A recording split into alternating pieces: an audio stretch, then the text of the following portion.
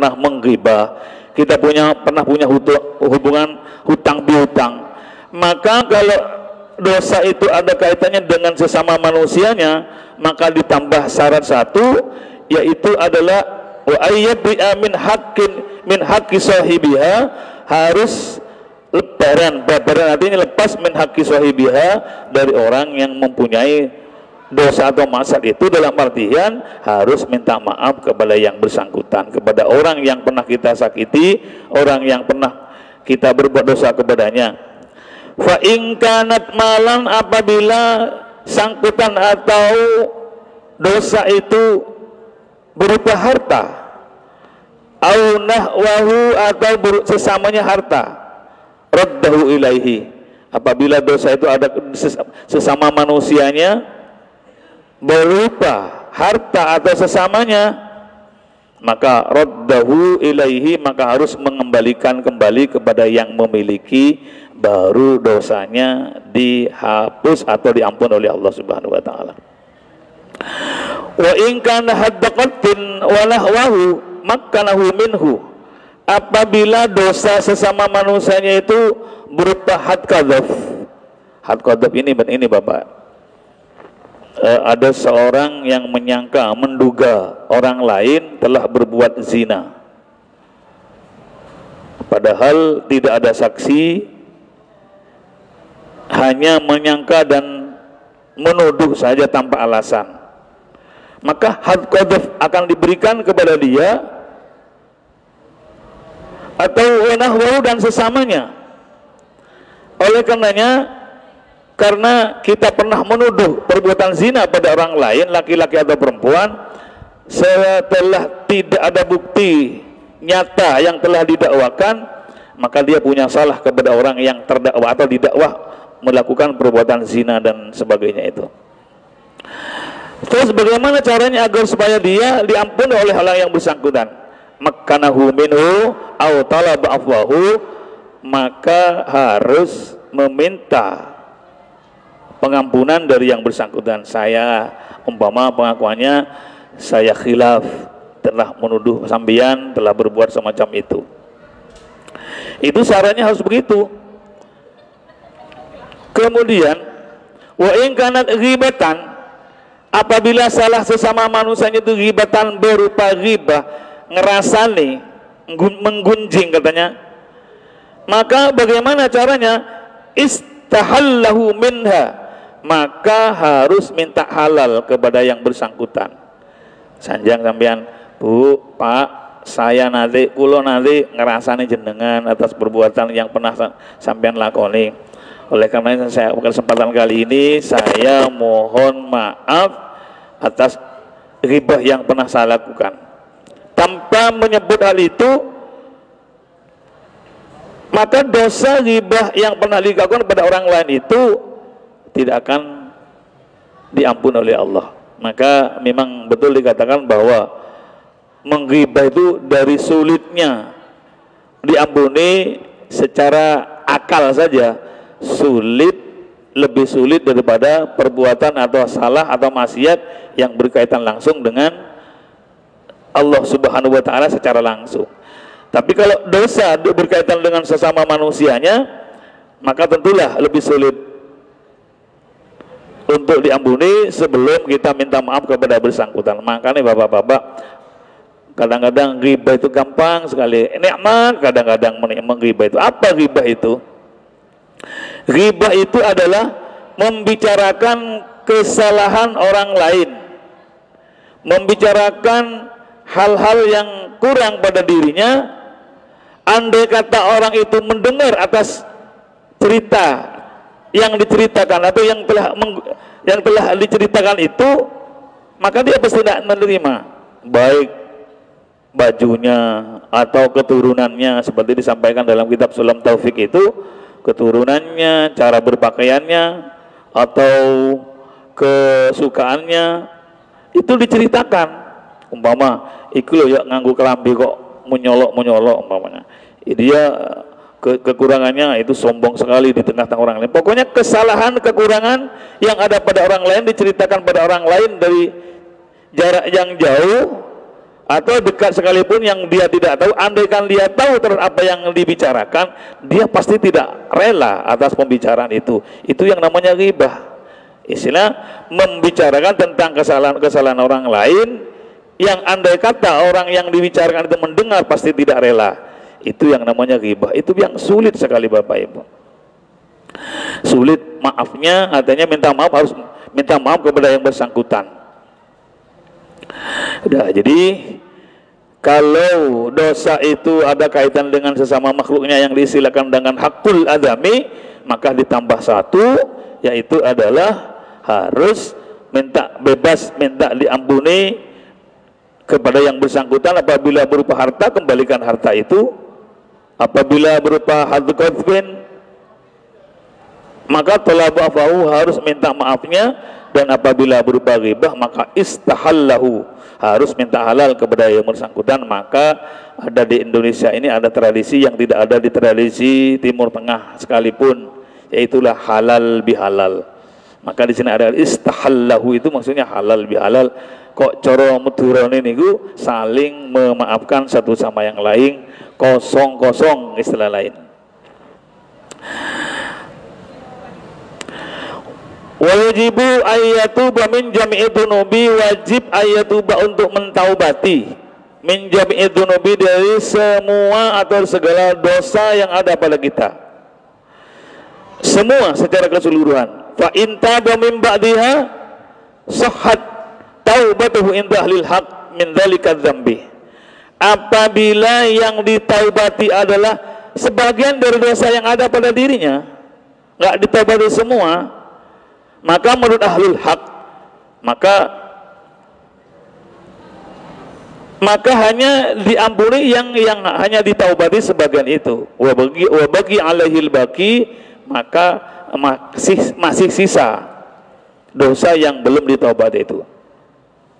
Wa qad tadhaharat, lan teman-teman bertelo apa dalailul kitabi, apa pira-pira dalil kitab Al-Qur'anul Karim, sunnatul sunnah, wa ijma'ul ummatilan, sepakatnya para ulama ala wujubi taubati, ngatasi wajib taubat. Ulama sepakat bahwa sekali kita punya dosa maka harus kita taubati. Bila tidak, maka makin menumpuklah dosa itu. Seperti yang saya ceritakan kemarin, bahwa setiap kali kita berbuat dosa maka terbentuk titik hitam di dalam hati kita.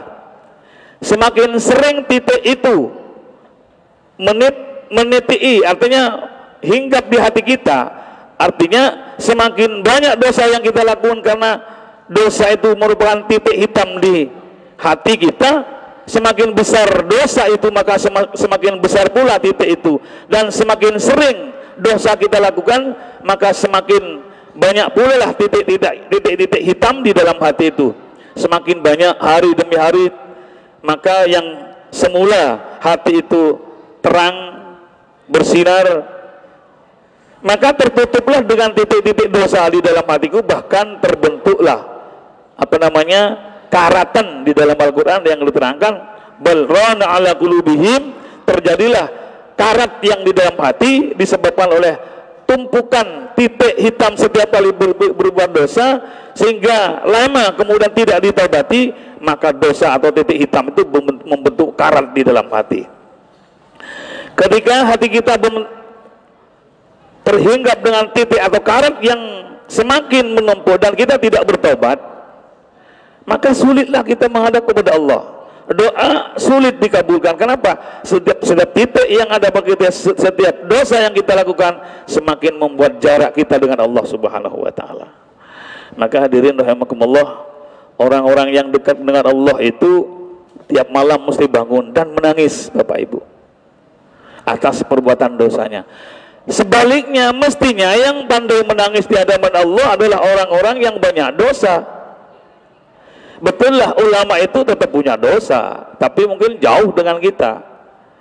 Tapi kenapa justru yang sedikit dosanya itu yang bisa merenungi atas dosa yang telah diperbuat, sementara kita yang banyak dosanya, banyak titik-titik hitam itu tidak kita taubati, tidak pandai bermunajat pada malam hari, sehingga dosa itu makin menumpuk, makin menebal, yang akhirnya akan terbentuk rona atau terbentuk karatan di dalam hati kita. Kalau sudah karatan, maka sulit diterima oleh Allah Subhanahu wa taala.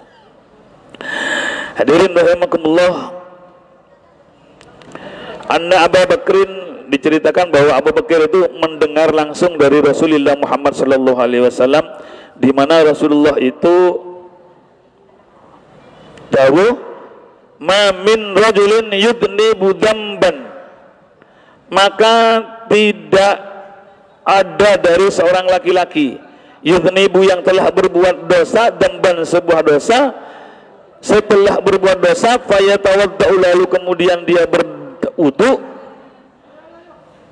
fayusinal wudu'a, kemudian dia memperbagus wudunya, fayusalli rakaat ini, kemudian dia salat 2 rakaat, fayastaghfirullah, kemudian dia beristighfar kepada Allah azza wa jalla, illa ghufira lahu. Artinya konsep agar supaya kita lebih lengkap dalam caranya kita beristighfar dan bertobat kepada Allah Subhanahu wa taala atas dosa yang telah kita perbuat, maka Rasulullah Muhammad sallallahu alaihi wasallam sebelum kita beristighfar kepada Allah, bermunajat kepada Allah Subhanahu wa taala, Rasulullah memberikan tip dan cara melalui Abu Bakrin agar supaya sebelum kita beristighfar itu, hendaklah, kata Nabi Muhammad sallallahu alaihi wasallam, setiap kali kita berbuat dosa maka berwudulah. Setelah berwudu, fayuhsinul wudu'ah, maka memperbaik wudunya. Wudunya betul-betul wudu yang bagus. Setelah itu silakan fayusalli raka'ataini, silakan sholat 2 rakaat.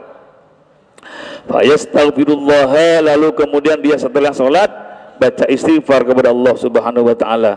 Lah, apabila hal itu dilakukan, illa ghufira lahu, maka dia akan diampuni oleh Allah Subhanahu wa taala. Lalu kemudian bagaimana caranya sholat taubat? Maka di sini tadi dikatakan sholat 2 rakaat itu adalah cara kita sebelum istighfar, maka sholat 2 rakaat agar supaya menjadi sempurnalah cara kita bertobat kepada Allah Subhanahu wa taala. Maka dikatakan oleh sebagian ulama, lam yarid anin Nabi sallallahu alaihi wasallam innahu yustahabbu. Bentuk sholat yang dimaksud hadis di atas itu, Nabi tidak pernah menjelaskan bagaimana caranya sholat. Artinya tidak ada pada Nabi tahsisuhataini raka'ataini, ketentuan caranya sholat 2 rakaat itu. Untuk bikiraatin muayyinatin, membaca apa setiap kali selesai rakaat pertama, setelah Fatihah baca apa, setelah rakaat kedua baca apa, itu tidak pernah ada pada Nabi, tidak pernah menjelaskan. Oleh karenanya faqiyaqra'ul musalli min fihima, maka orang yang sholat itu harus membaca di dalam 2 rakaat itu masya'ah, bacaan yang Bapak Ibu bisa. Artinya kalau memang Anda ingin lebih lengkap dan lebih gampang diterima oleh Allah taubatnya, istighfarnya, maka silakan sholat 2 rakaat. Dianjurkan 2/4 malam Bapak. Siang boleh,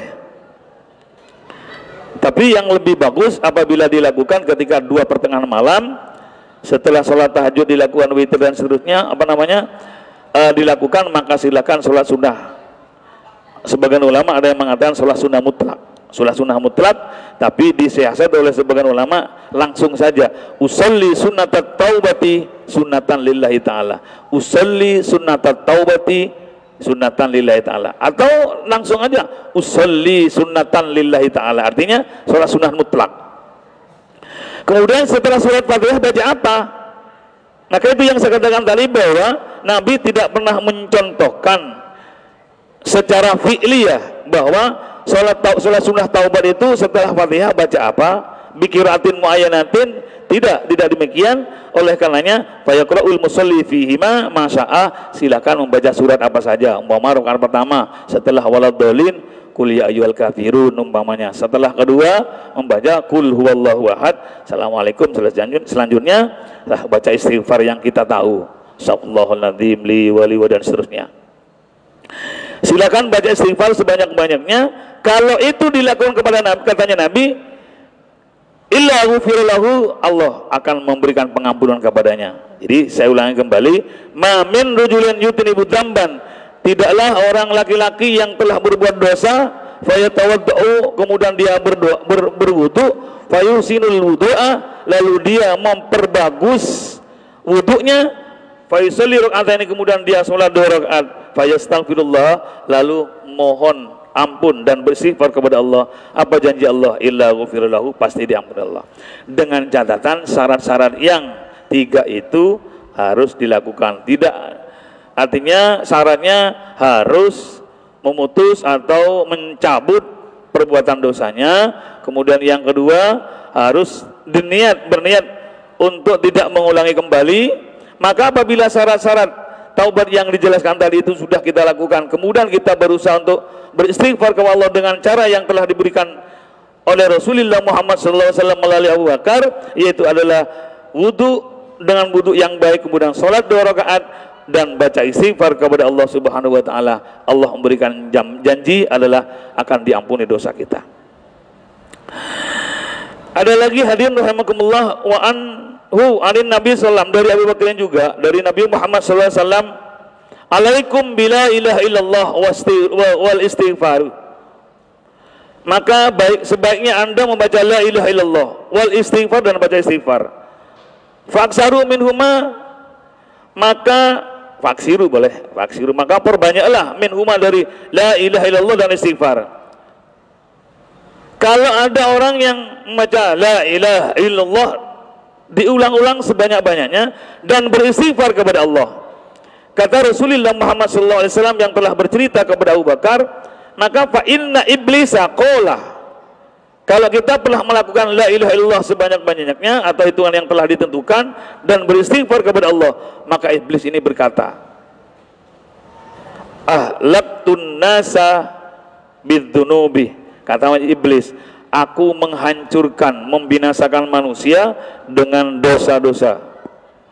Wa ahlakuni bila ilaha illallah wal istighfar, dan aku dirusak, dibinasakan oleh orang itu dengan la ilaha illallah Muhammad Rasulullah dan istighfar kepada Allah Subhanahu wa taala. Artinya apabila kita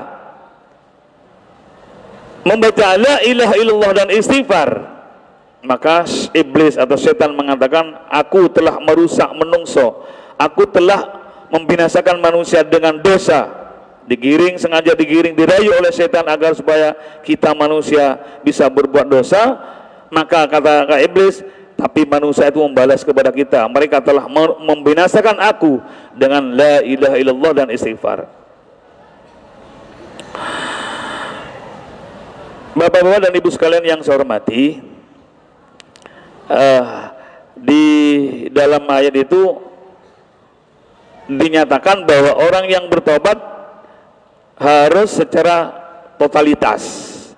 Allah berfirman, utubu ilallahi jami'an, bertobatlah kalian semua ilallahi, kepada Allah, jami'an, secara total. Ayyuhal mu'minuna la'allakum tuflihun, wahai orang-orang yang mukmin, la'allakum tuflihun, agar supaya kamu beruntung. Bertobatlah kepada Allah jami'an, secara total. Ayat yang lain, ya ayyuhalladzina amanu tubu ilallahi taubatan nasuha, taubatlah kepada Allah taubatan nasuha, dengan taubat yang sebenar-benarnya. Bapak-bapak dan ibu sekalian yang saya hormati,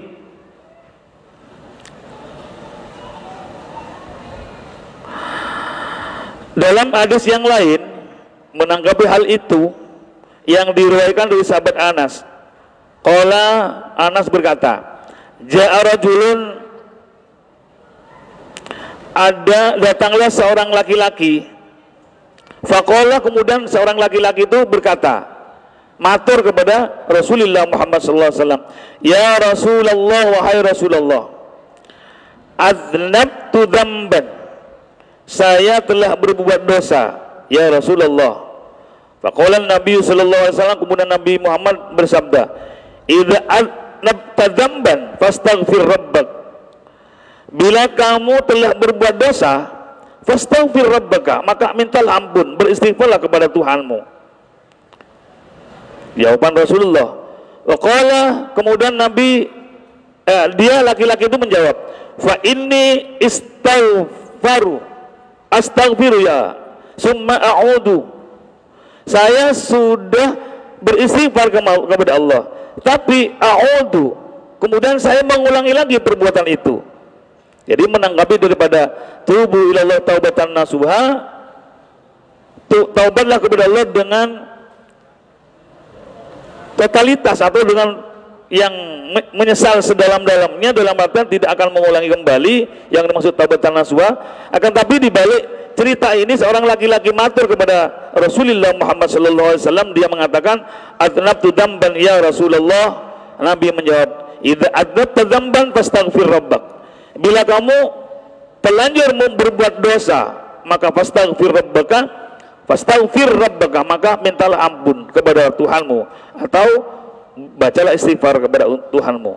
Qala, si laki-laki tadi menjawab, fa inni astaghfiru ya Rasulullah, saya telah beristighfar kepada Allah ya wahai Rasulullah, tapi summa'udu, lalu saya mengulangi kembali. Ada ya'udu, fa'adnabah, lalu saya berbuat dosa lagi. Nabi menjawab, qala fa idza adnaba wa idza adnabta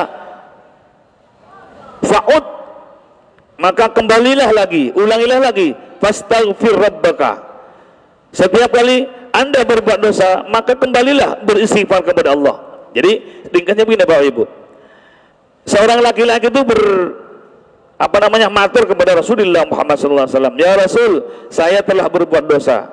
Rasulullah menyatakan, bila kamu berbuat dosa maka bacalah istighfar atau mintalah ampun kepada Allah. Ya Rasul, saya sudah beristighfar, akan tapi saya mengulangi kembali terhadap dosa itu. Nabi menyatakan, wa idza adnabta fa'ud fastaghfir rabbak, ulangi kembali, beristighfar lagi kepada Allah Subhanahu wa taala. Faqalaha fir rabi'ati, lalu karena diulang-ulang, iya saya Rasulullah sudah beristighfar, tapi saya mengulangi kembali yang kedua kalinya dan ketiga kalinya. Maka faqalaha, maka Nabi bersabda, fir rabi'ati, pada keempat kalinya, faqala istaghfir rabbak, tetaplah Anda minta ampun kepada Allah, kepada Tuhanmu, hatta yakuna syaitan huwal mahsur, sehingga setan itu merasa dirugikan oleh kita yang telah bertobat. Setelah bertobat baca istighfar, kita kalah dengan godaan setan, berbuat lagi dosa itu, kemudian istighfari lagi, berbuat lagi, sampai keempat kalinya sahabat itu menyatakan, maka bilang kepada Rasulullah, maka Nabi yang keempat menyatakan, istaghfir rabbak, maka beristighfarlah kamu kepada Allah Tuhanmu, hatta yakuna syaitanu, sehingga syaitan itu huwal mahsuru, merasa dirugikan terhadap perbuatan itu. Memang hadirin rahimakumullah, setiap kali kita sudah bertobat, setan masih mengganggu lagi, terjadilah perbuatan itu lagi, kemudian setelah beristighfar digoda lagi, berbuat lagi, sehingga artinya setiap kali kita berbuat dosa maka harus langsung beristighfari atau ditobati, sebagaimana yang diterangkan tempo hari, bahwa setiap kali kita berbuat dosa ada titik hitam, kemudian sebelum menumpuk titik hitam itu kita istighfari, di titik hitam lagi dengan dosa, kita tutup, kita hapus lagi dengan istighfar. Setiap kali kita berbuat dosa ada titik hitam lagi, kemudian kita hapus lagi dosa atau titik hitam di hati itu dengan adanya taubat dan istighfar kepada Allah, sehingga sekalipun kita di titik kemudian kita hapus dengan istighfar, maka hati insya Allah waqad sokulah, kata Rasulullah, maka mengkilatlah hati itu setelah kita dosa kita atau hati kita, setelah dosa kita itu terhapus, maka hati kita mengkilat, berkilauan, maka gampanglah kita, makin dekatlah kita kepada Allah Subhanahu wa taala, karena dosa yang ada pada kita akan selalu diampuni oleh Allah ketika kita beristighfar kepada Allah Subhanahu wa taala. Setiap kali kita istighfari perbuatan dosa kita yang diibaratkan Nabi ada titik hitam di hati, maka setiap kali kita berdosa maka kita taubati dosa itu, sehingga titik hitam yang menghinggap dalam hati itu akan terhapuskan selalu dan selalu. Jadi oleh karenanya kalau hati kita sudah mengkilau dan mengkilat, maka gampanglah kita dekatlah kepada Allah Subhanahu wa taala. Hadirin rahimakumullah, seperti yang pernah dinyatakan bahwa setiap kali kita berbuat dosa satu kali, maka akan menimbulkan jarak yang jauh antara Allah Subhanahu wa taala. Semakin kita berbuat dosa dan semakin jauh pula lah dengan Allah Subhanahu wa taala. Semakin banyak amalia kita, maka semakin dekat pula lah kita dengan Allah Subhanahu wa taala. Dan itulah yang dikatakan at-taqarrub ilallah, mendekatkan diri kepada Allah Subhanahu wa taala. Rasulullah Muhammad sallallahu alaihi wasallam menyatakan, "Idza taqarraba ilayya 'abdi shibran." Apabila hambaku mendekatkan dirinya kepadaku shibran dengan jarak 1 kilan, maka Allah mengatakan, "Faqad taqarrabtu ilaihi dira'an." Kita mendekatkan diri kepada Allah dengan jarak 1 kilan, maka Allah mendekatkan diri kepada orang yang telah mendekatkan kepada Allah itu dengan jarak 1 diro. 1 diro ini adalah sampai sini Bapak, jadi sampai ke siku sedikit di atas, 1/4-nya. Kemudian idza taqarraba ilayya diraan, apabila seorang hamba mendekatkan diri kepada Allah dengan jarak 1 diro, taqarrabtu ilaihi ba'an, apabila kita mendekatkan diri kepada Allah dengan jarak 1 hasta, 1 diro, maka Allah mendekatkan diri kepada kita dengan jarak 1 depa. Wa idza ataitu, bila dia mendekatkan kepadaku yamsi dengan berjalan, maka ataitu harwalatan, aku akan datang kepadanya dengan lari. Bila hambaku yang bertobat itu datang kepadaku dengan jalan, maka kata Allah, aku akan datang menyambutnya atau menyambut dia dengan cara lari. Artinya 1 kilan, 1 kil, 1 hasta, 1 depa dan sebagainya itu adalah suatu kiasan. Apabila kita mau mendekatkan diri kepada Allah, maka Allah makin cepat pula mendekati. Dan semakin kita beribadah kepada Allah, berarti kita telah mendekatkan diri kepada Allah Subhanahu wa taala. 1 jengkal kita mendekatkan diri kepada Allah, maka Allah dengan jarak 1 dira akan mendekatkan diri kepada kita. Dan apabila kita mendekatkan diri kepada Allah dengan 1 dira, maka Allah akan mendekatkan dirinya kepada kita dengan jarak 1 hasta dan seterusnya. Bila datang kepada Allah, bertobat kepada Allah dengan cara berjalan, maka Allah akan dekat kepada kita dengan cara lari. Dalam artian lebih aktif Allah Subhanahu wa taala menganggap kita sebagai hamba yang soleh. Semakin sering kita menghadap kepada Allah, semakin sering kita beribadah kepada Allah, semakin sering kita untuk bertobat kepada Allah Subhanahu wa taala, makin bersihlah hati kita. Setelah kita bersih dengan Allah, maka kita dianggap oleh Allah sebagai orang yang dekat dengan diri Allah Subhanahu wa taala. Kalau sudah dekat kepada Allah, maka Allah gampang akan memberikan hidayah. Apa artinya memberikan ridho? Apa ridho? Itu rela terhadap perbuatan kita, sehingga Allah akan memberikan mahabbah, rasa kasih sayang kepada kita. Dan dengan mahabbah itu kita akan mendapatkan kasih sayang, rahmat Allah. Dan apabila rahmat itu kita dapat, hadirin rahimakumullah, rahmat Allah itu kita dapat, kasih sayang Allah itu kita dapat, maka pernyataan hadis Nabi Muhammad SAW, maka Allah la yu'adzibuhu, tidak akan menyiksa orang yang akan mendapatkan rahmat dari Allah Subhanahu wa taala. Maka sering disampaikan dan diharapkan oleh kita semua dalam doa, yaitu adalah mudah-mudahan kita akan mendapatkan rahmat. Itu adalah kasih sayang dari Allah. Apabila Allah sudah sayang kepada hambanya, maka Allah tidak akan menyiksa kepada orang yang diberi rahmat itu. Yang kedua, sebagai penutup pada kesempatan kali ini, kita tetap berharap, selain kita berharap rahmat kepada Allah Subhanahu wa taala, kita berharap as-syafa'atul utma dari baginda Rasulullah Muhammad sallallahu alaihi wasallam. As-syafa'at itu adalah pertolongan, Bapak Ibu. Apa pertolongan akan diberikan kepada kita selaku umatnya, tidak untuk yang lain. Nanti di hadapan Allah di padang mahsyar, mestinya kita itu masuk neraka.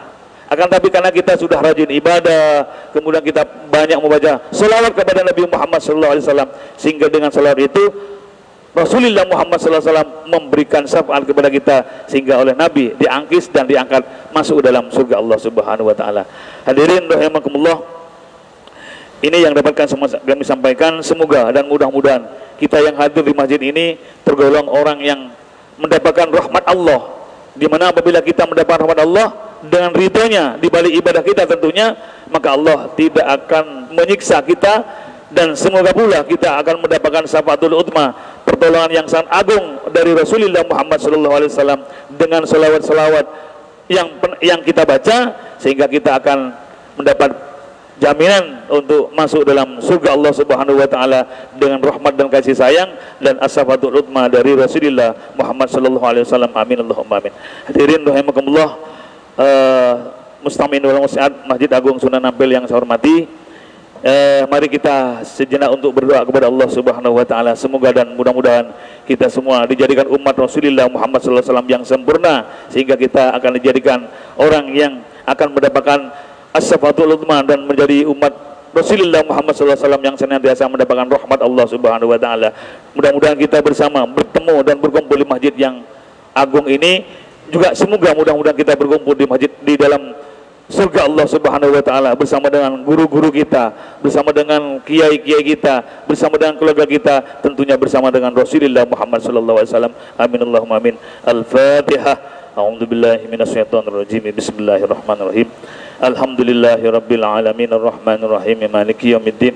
Iyyaka na'budu wa iyyaka nasta'in ihdinas siratal mustaqim siratal ladzina an'amta 'alaihim ghairil maghdubi 'alaihim waladdallin. Wa sallallahu ala sayyidina Muhammadin alhamdulillahi rabbil alamin. Allahumma shalli ala habibika sayyidina Muhammadin wa alihi wa sahbihi wasallim salatan wa salaman tujiruna bihima minan nar wa tudkhiluna jannata ma'al abrar. Allahumma tub alaina qabla al-maut warhamna 'indal maut wa la tu'adzibna ba'dal maut ya khaliqal maut wa ya sami'as saut. Ihfazna minal afati wal ahad wal khubar bi rahmatika ya arhamar rahimin. Rabbana la tuzigh qulubana ba'da idh hadaytana wa hab lana min ladunka rahmatan innaka wahhab. Rabbana atina fid dunya hasanah wa fil akhirati hasanah wa qina Allahumma akhir hayatana, Allahumma tub lana bi hayatana bi husnil khatimah, Allahumma khtim lana bil iman, Allahumma khtim lana bil islam bi rahmatika ya arhamar rahimin. Allahumma inna nas'aluka min khairi ma sa'alaka minhu nabiyyuka Muhammadun sallallahu alaihi wasallam wa na'udzubika min syarri ma sta'adaka minhu nabiyyuka Muhammadun sallallahu alaihi wasallam.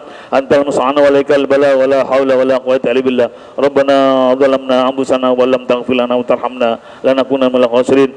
Allah bighfir lana wa liwalidina warhamhum kama rabbawna shighara. Wa sallallahu ala sayyidina Muhammadin wa alihi wasallam. Subhana rabbika rabbil izzati amma yasifun wa salamun alal mursalin walhamdulillahi rabbil alamin. Rabbana taqabbal du'ana bihaqqil Fatihah. A'udzubillahi minasyaitonir